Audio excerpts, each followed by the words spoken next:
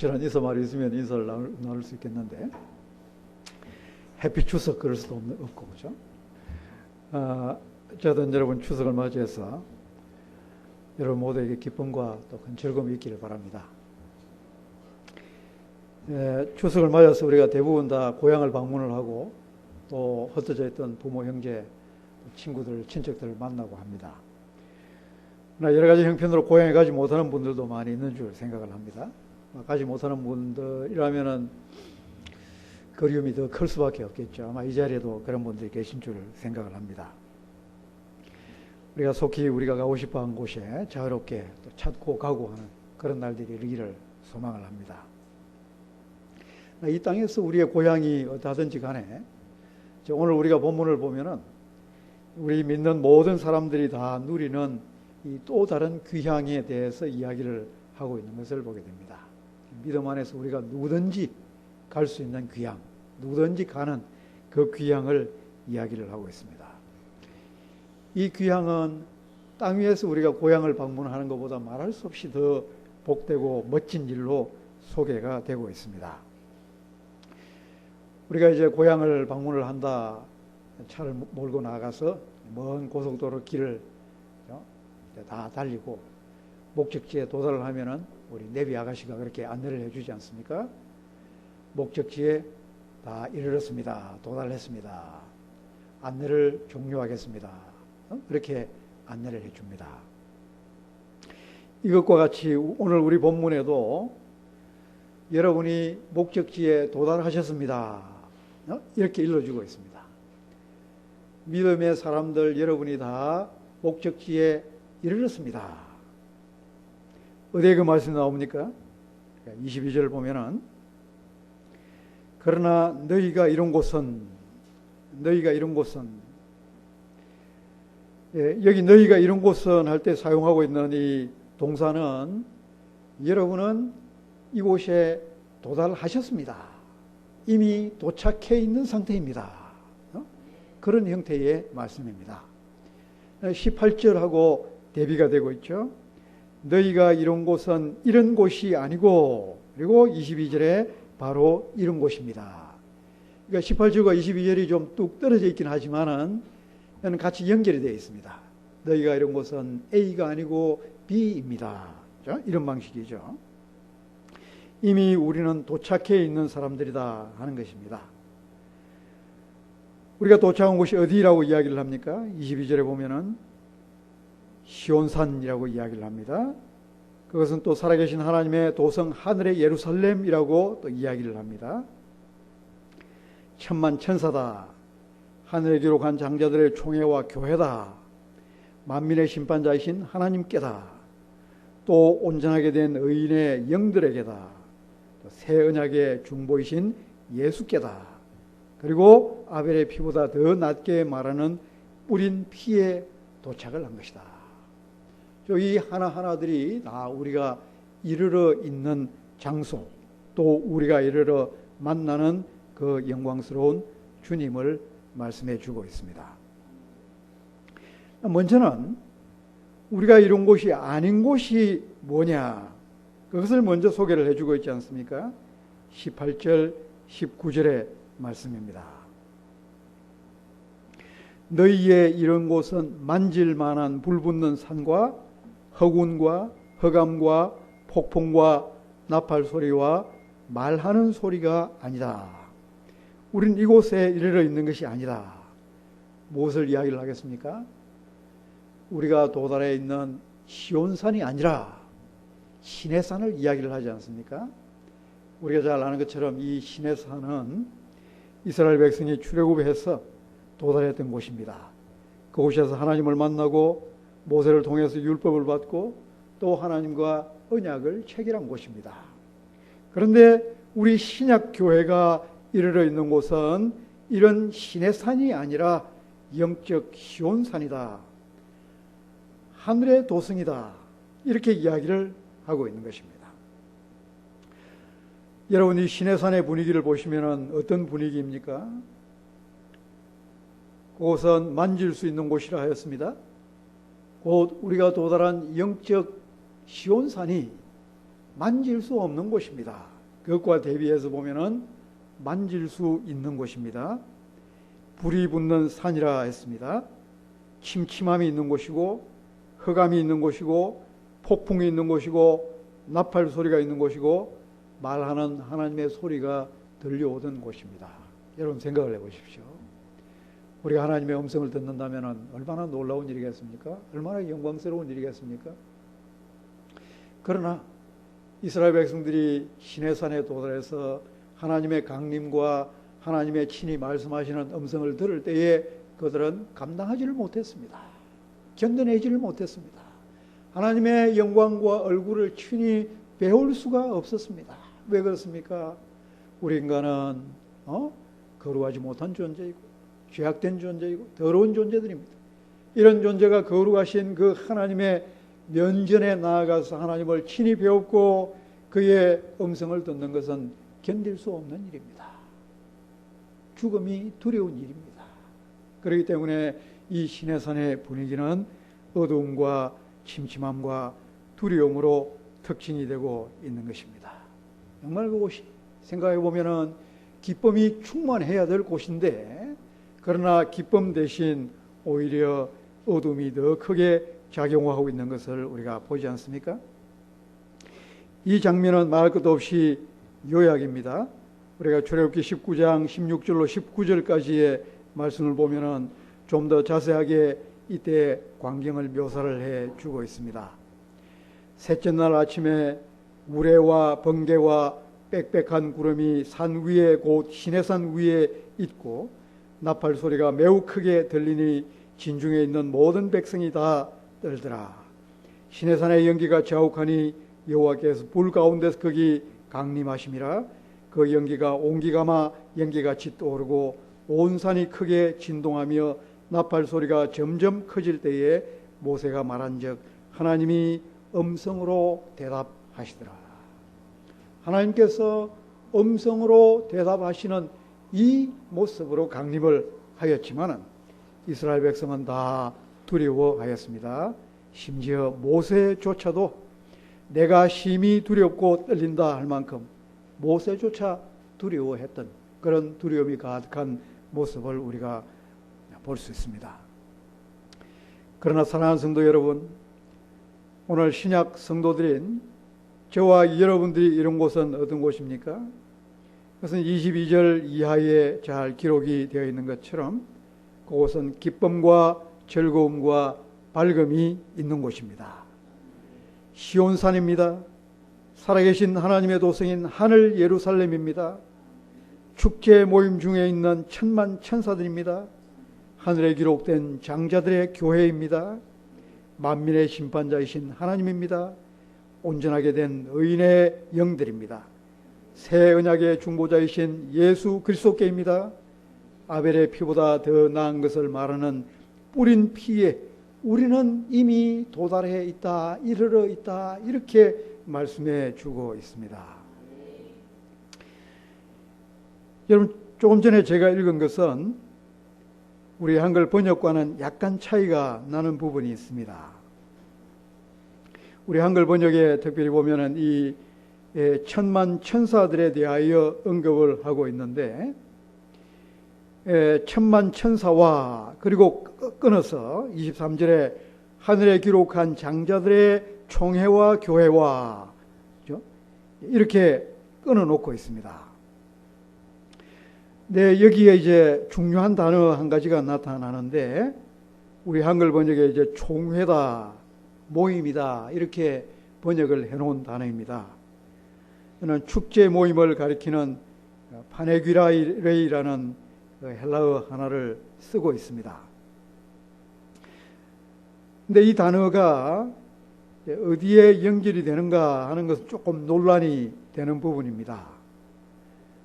네, 히브리서 저자는 여기에서 우리가 도달한 곳을 총 8개로 나누어서 소개를 해주고 있습니다.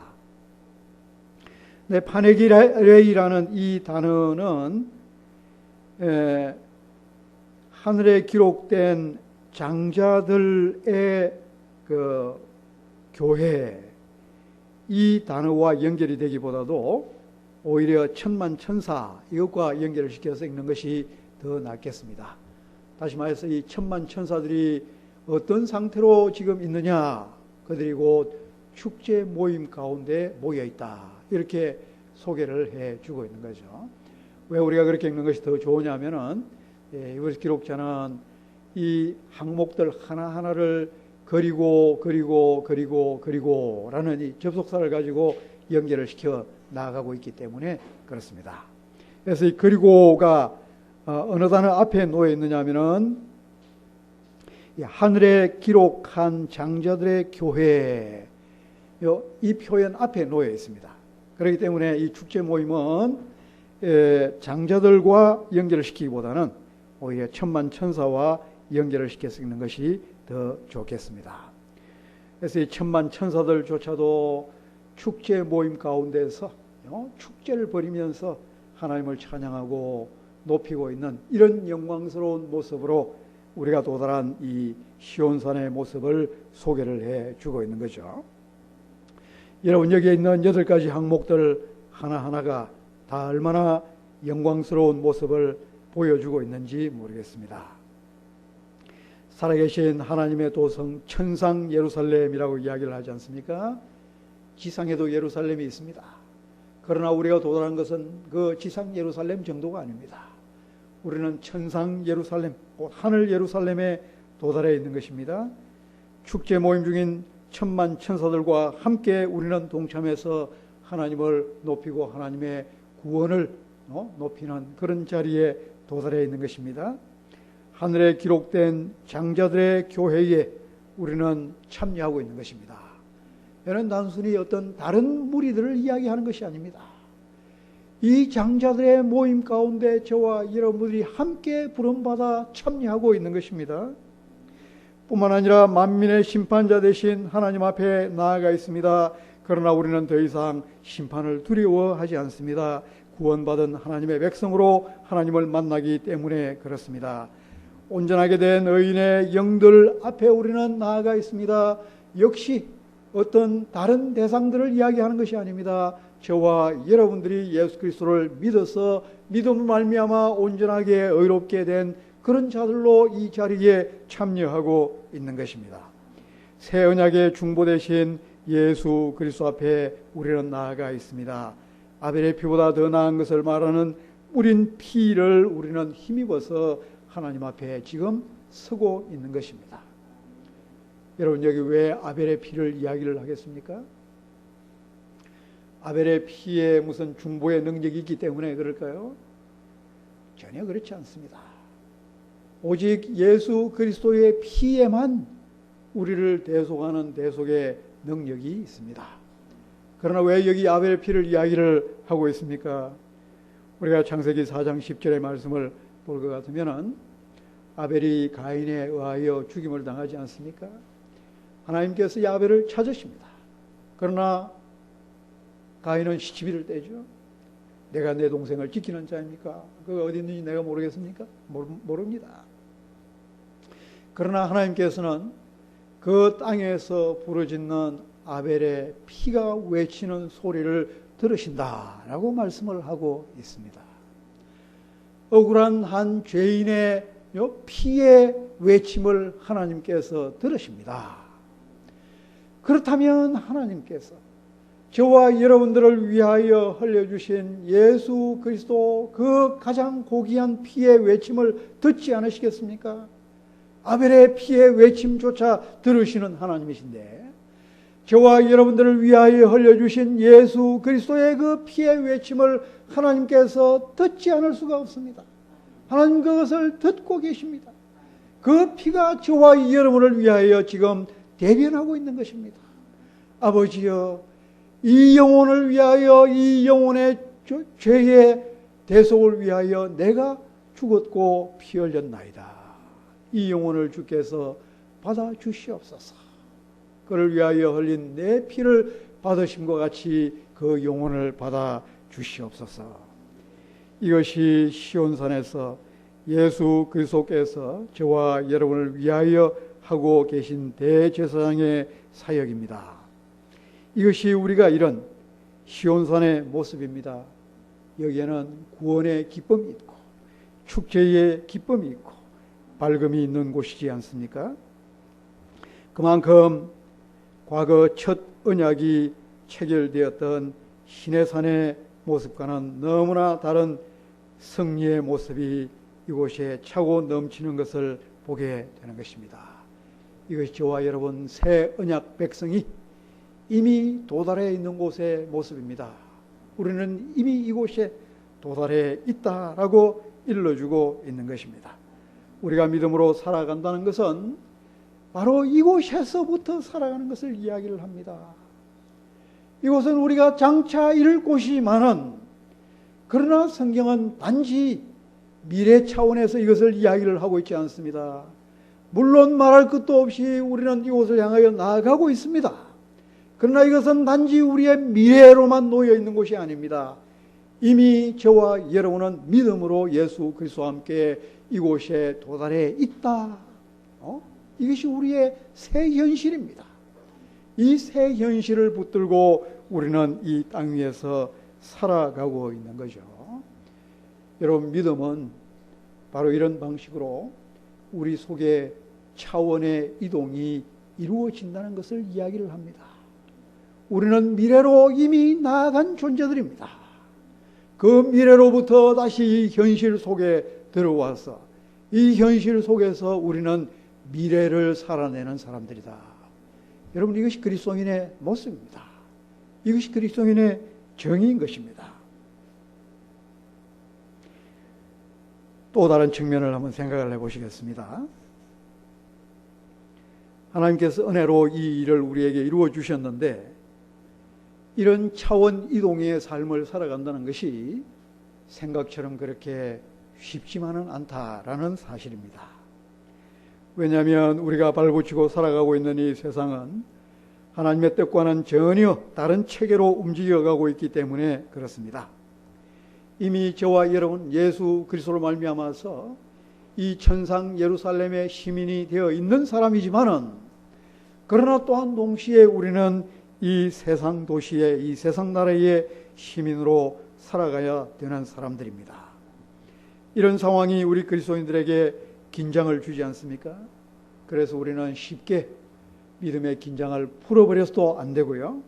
긴장을 늦추어서도 안 되는 것입니다. 왜 우리 그리스도인들이 이런 긴장의 삶을 살아가야 하는지를 우리 이브리서 12장 26절에서는 학개서 2장 6절의 말씀을 사용을 해서 논증을 하고 있습니다. 그때는 그 소리가 땅을 진동하였거니와 이제는 약속하여 가라사대 내가 또 한 번 땅만 아니라 하늘도 진동하리라 하셨느니라. 내가 또 한 번 땅만 아니라 하늘도 진동하리라. 이 말씀은 학개서 2장 6절에 나타나는 말씀입니다. 그러나 학개 2장 6절을 정확하게 있는 그대로 인용하지는 않습니다. 우리가 구약성경 학개 2장 6절을 찾아보면 이렇게 되어 있습니다. 조금 있으면 내가 하늘과 땅과 바다와 육지를 진동시킬 것이요. 여기 하늘과 땅과 바다와 육지를 진동시킬 것이다. 이 가운데서 이제 바다와 육지 부분은 생략을 시켜버렸고, 그리고 하늘과 땅과 그 문구 속에서도 순서를 바꾸어서 땅만 아니라 하늘도 이렇게 바꾸어 놓고 있는 것을 보게 됩니다. 하나님께서 땅을 한번 진동시키셨습니다. 언제입니까?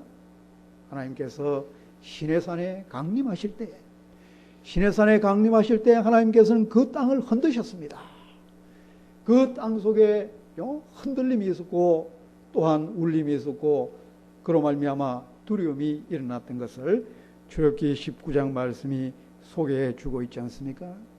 하나님께서는 이제는 땅만 진동시키시는 분이 아니십니다. 이제는 하늘도 진동시키실 것입니다. 여기서 진동을 시킨다는 것은 무슨 의미겠습니까? 하나님의 심판의 행위를 가리키지 않습니까?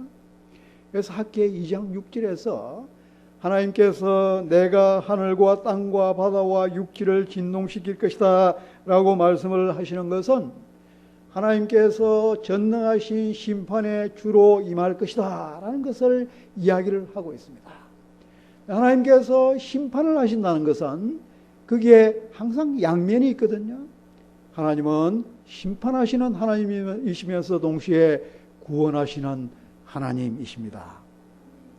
원래 학계 본문은 우리가 잘 아는 것처럼 바벨론 포로로 잡혀가면서 다 부서졌던 첫 번째 성전 곧 솔로몬 성전을 다시금 건축하는 그 장면 속에서 하나님께서 학계를 통하여 너희들이 이 성전을 다시 건축을 하여라 일러주시는 그 명령의 말씀을 담고 있지 않습니까?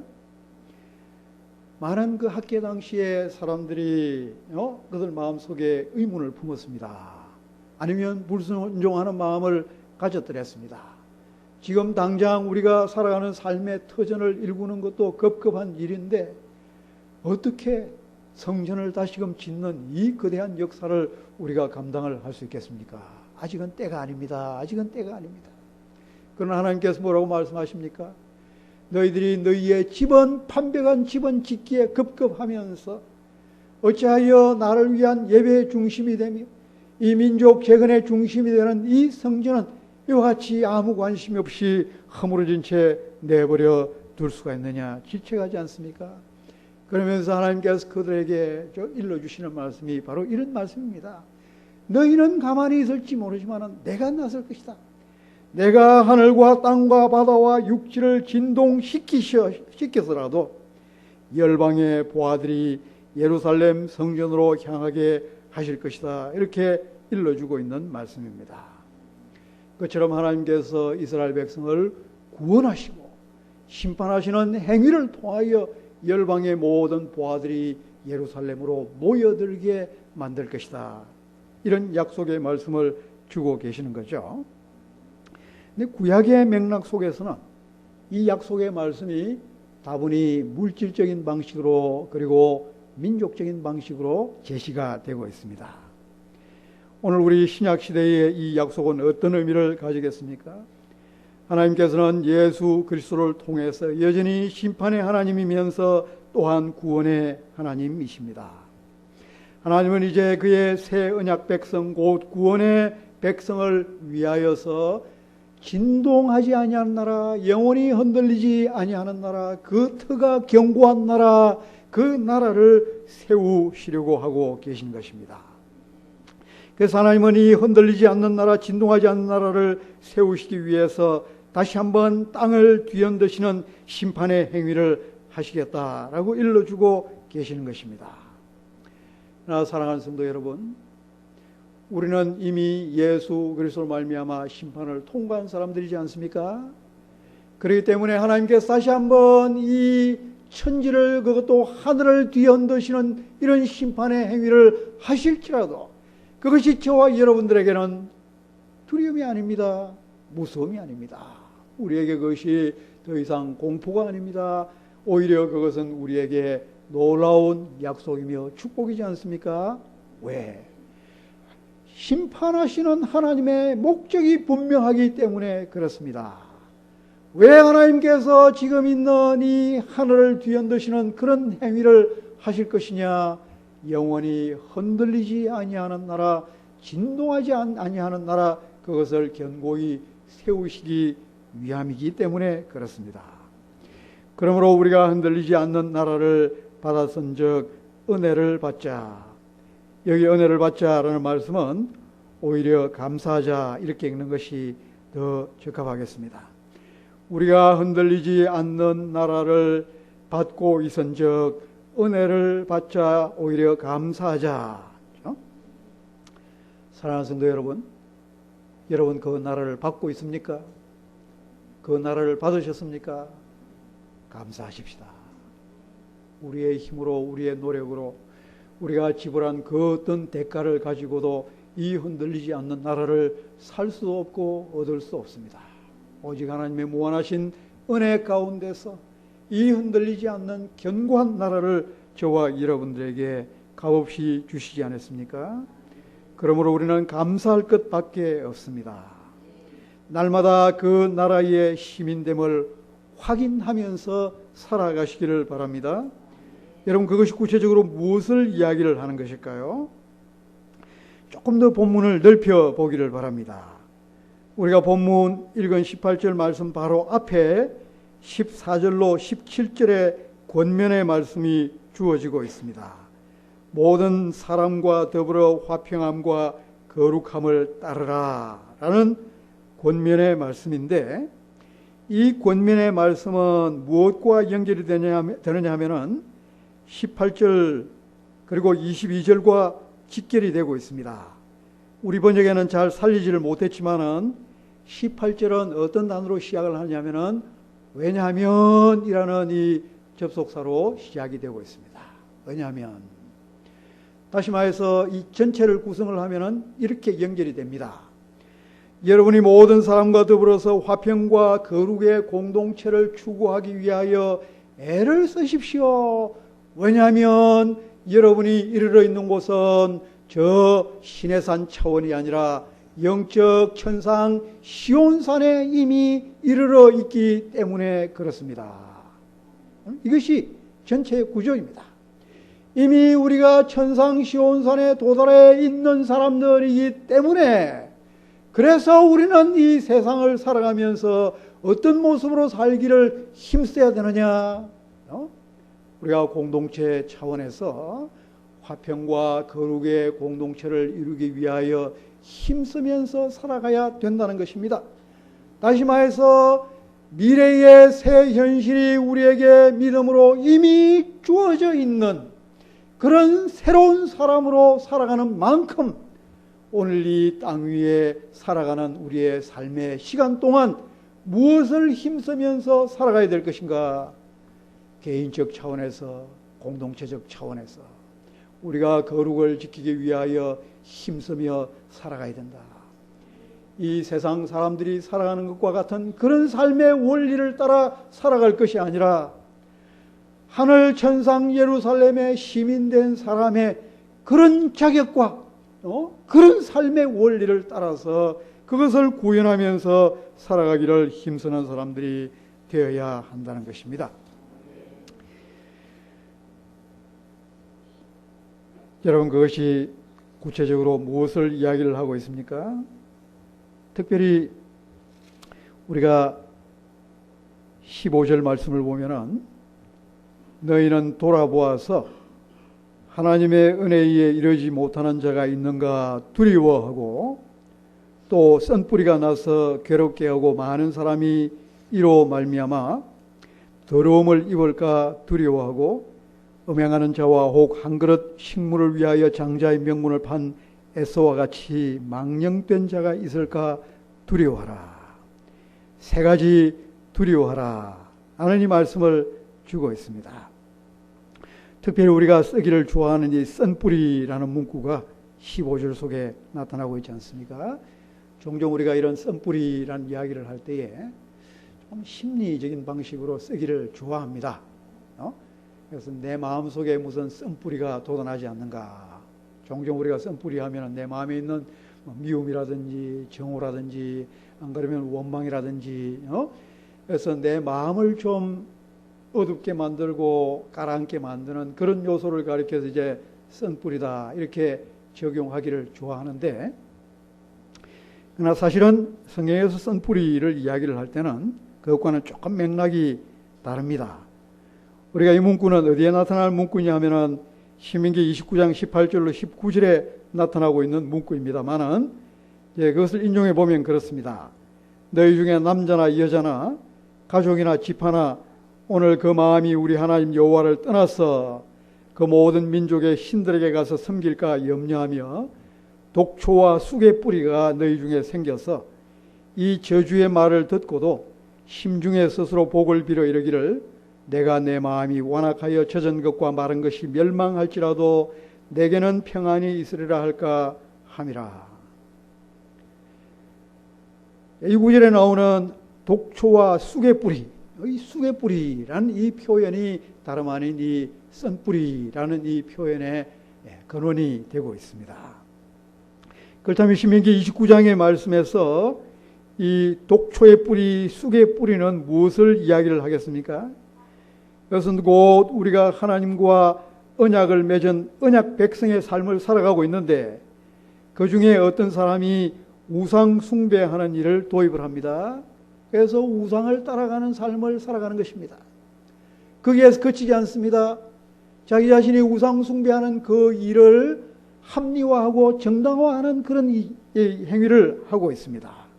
그래서 스스로 자기 마음속에 복을 빌어 말하기를 아무리 이 주변의 모든 것이 다 젖은 것 마른 것이 멸망을 할지라도 나에게는 평안이 있을 것이다. 나는 망하지 않을 것이다. 이렇게 생각하면서 스스로 정당화하는 이런 우상 숭배 행위를 하는 것, 이것을 가리켜서 쑥에 뿌리고 쓴 뿌리가 돋아나는 것이다. 이렇게 이야기를 하고 있는 것입니다. 신명기 29장의 원래 맥락 속에서 보면은 이것은 곧 하나님과의 언약 관계를 이야기를 하고 있습니다.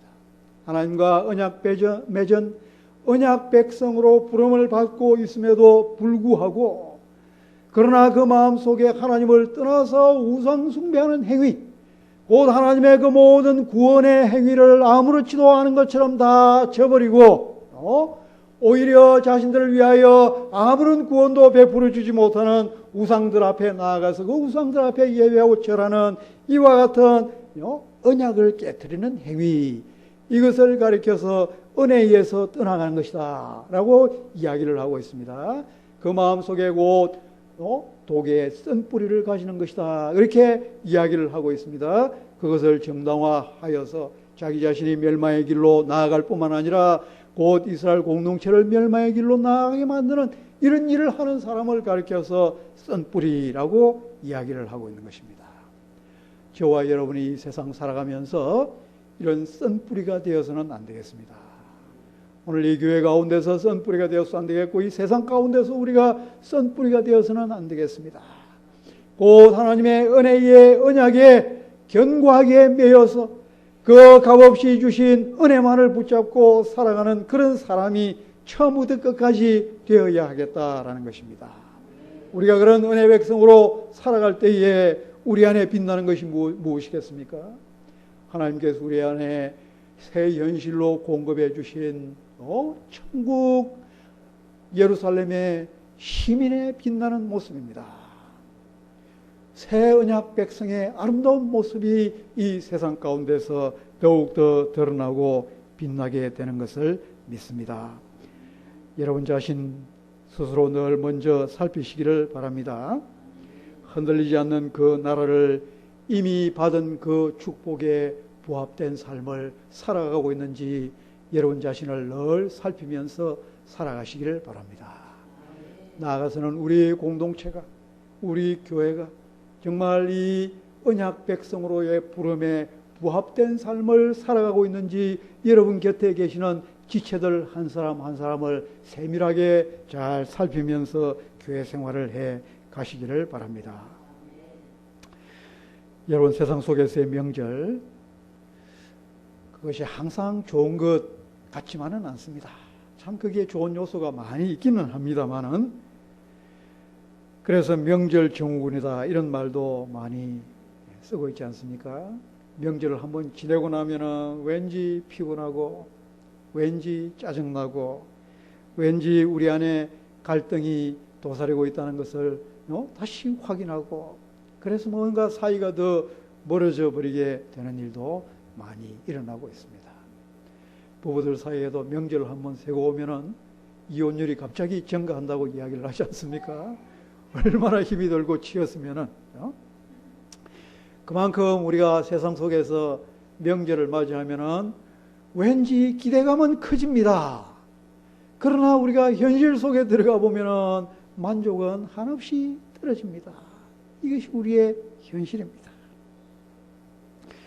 하나님께서 우리에게 주신 것은 이와 같이 아니한 것을 인하여 우리가 하나님께 감사하고 찬양드리지 않을 수가 없습니다. 그리스도 안에서의 우리의 귀향은 영원한 만족을 주기 때문에 그렇습니다. 우리가 하나님께서 우리에게 주신 그 본향의 삶을 생각하면 생각할수록 우리 속에는 감사가 차고 넘칩니다. 우리가 그 가치를 헤아리면 헤아릴수록 얼마나 놀라운 것을 하나님께서 저와 여러분들에게 주셨는지 다 말할 수가 없습니다. 그런데 왜 사람들이 감사하지 않을까요? 왜 사람들이 이것을 위하여서 정말 얻기 위하여 나오지 않을까요? 여러분 생각을 해보십시오. 우리가 세상 속에서 저 백화점 같은 데 가면 이런 명절 당에서 가까운 사람들을 모으기 위하여 이 사은품도 나눠주고 그러지 않습니까? 예를 들어서 어떤 백화점에서 뭐 여기 송편을 그냥 아주 한 보따리 싸서 먹음직한 그 귀한 송편을 싸서 사은품으로 나눠준다. 그래 보십시오. 많은 사람들이 그거 받으러 가지 않겠습니까? 몰려갑니다. 또 가서 혹시 줄을 섰는데 내 앞에까지 주고는 딱 끝이 나버렸어. 여러분이 그거 하나 못 받으면 얼마나 속이 상하겠어요. 기껏 송편 한 상자, 그 사은품 하나 못 받아도 여러분이 속이 상한단 말이죠. 속이 끓어요. 그런데 여러분 생각을 해보십시오. 하나님께서 아무런 대가 없이 값 없이 이 흔들리지 아니하는 영원한 나라의 축복을 우리들에게 베풀어 주셨는데 왜 우리 속에 감사가 없습니까? 왜 이것을 받기 위하여 사람들이 사모하는 마음이 없고 갈망하는 마음이 없습니까? 이유는 하나님. 그것의 가치를 보지 못하기 때문에 그렇습니다. 오늘 이 시간에 저와 여러분의 심령 속에 성령님께서 역사하셔서 하나님께서 우리에게 주신 이 영원히 흔들리지 아니하는 그 나라의 가치를 온전히 깨닫고 볼 수 있도록 만들어 주시기를 바랍니다.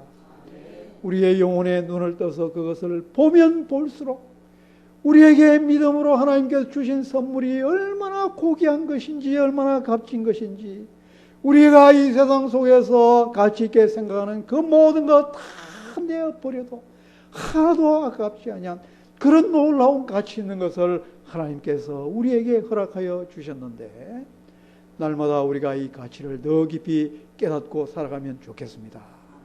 이것을 주신 하나님께 더 감사가 차고 넘치면 좋겠습니다.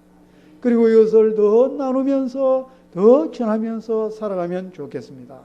이 값진 가치로 말미암아 오늘 우리가 살아가는 이 세상이 좀 더 다르게 변화되고 좀 더 복되게 변화되고 좀 더 하늘의 축제의 기쁨이 넘치는 그런 세상으로 바꾸어지기를 우리가 소망하면서 영원한 명절의 기쁨을 함께 누리면 좋겠습니다. 다 같이 기도하시겠습니다.